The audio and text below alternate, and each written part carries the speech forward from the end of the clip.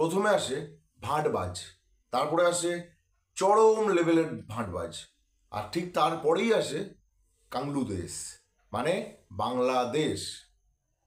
তো এখন হঠাৎ করে কেন এই কথাটা বললাম? হঠাৎ করে কথাটা এই কারণেই বললাম, কারণ রিসেন্ট একটা প্রস্তুতি ম্যাচ হয়েছিল বাংলাদেশ তার সঙ্গে পাকিস্তানের। বাংলাদেশ এবং পাকিস্তানের দুই জগাই মাদাই, এদের প্রস্তুতি ম্যাচ হয়েছিল। এই প্রস্তুতি ম্যাচটা মানে ওয়ার্ম আপ ম্যাচ। তার যে কোনো বড় টুর্নামেন্ট শুরু হওয়ার আগে একটা ওয়ার্ম আপ ম্যাচ দিয়ে দেয় আইসিসি থেকে। তো এই দুটো দলের মধ্যে যে ওয়ার্ম আপ ম্যাচ হয়েছিল, সেই ওয়ার্ম আপ ম্যাচে কিন্তু একটা ইন্টারেস্টিং ঘটনা ঘটে গেছে। সেই ঘটনাটা হচ্ছে, প্রথমে টসে জিতে ব্যাট করার সিদ্ধান্ত নেয় বাংলাদেশ। তা খুব ভালো কথা, টসে জিতে ব্যাট করবে বাবুরা ব্যাট করার তো সুযোগ পায় না। যাই হোক, ব্যাট করছে হঠাৎ করে কি হলো, 202 রানের মধ্যে অল উইকেট ডাউন হয়ে গেল বাংলাদেশের। এত বড় বড় সব বিশ্বমানের প্লেয়ার, সব ওয়ার্ল্ড ক্লাসের প্লেয়ার, সব ফেসবুক প্লেয়ার ওয়ার্ল্ড ক্লাসের, মাফ করবেন। তো 202 রানের মধ্যে গুটিয়ে গেছে কাংলুরা।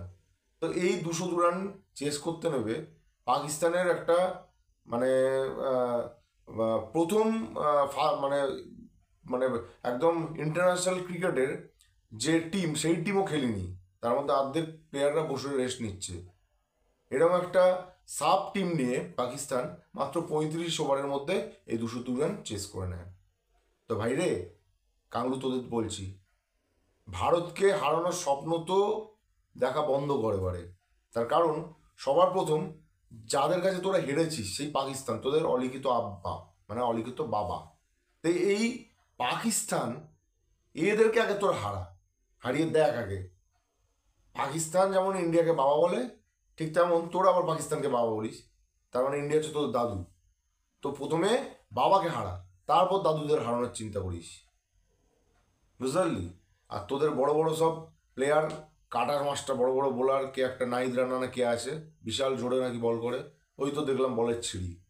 এইরকম পারফর্ম করলে চ্যাম্পিয়ন্স ট্রফিতে ফুটে যাবি। ফুটে গিয়ে আবার বলবি আইসিসি চুর, ভারত চুর। অ্যাকচুয়ালি 3টে হাত বাংলাদেশের, ডান হাত, বাম হাত আর অজু হাত।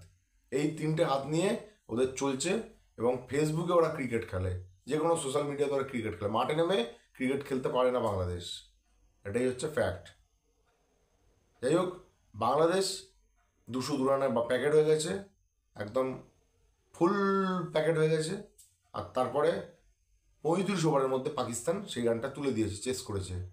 এই 202 রান তোরা যে 50 ওভারে করছিস, সেই 202 রান আমাদের ইন্ডিয়ার ব্যাটাররা 15-20 ওভারের মধ্যে তুলে দেয়।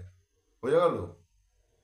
তো যাই হোক, আজকের ভিডিওটা কিরম লাগলো অবশ্যই কমেন্ট করে জানাবে, এবং দেখা হচ্ছে পরবর্তী ভিডিওতে খুব তাড়াতাড়ি। ততক্ষণ সকালে ভালো থাকবে, সুস্থ থাকবে। জয় হিন্দ।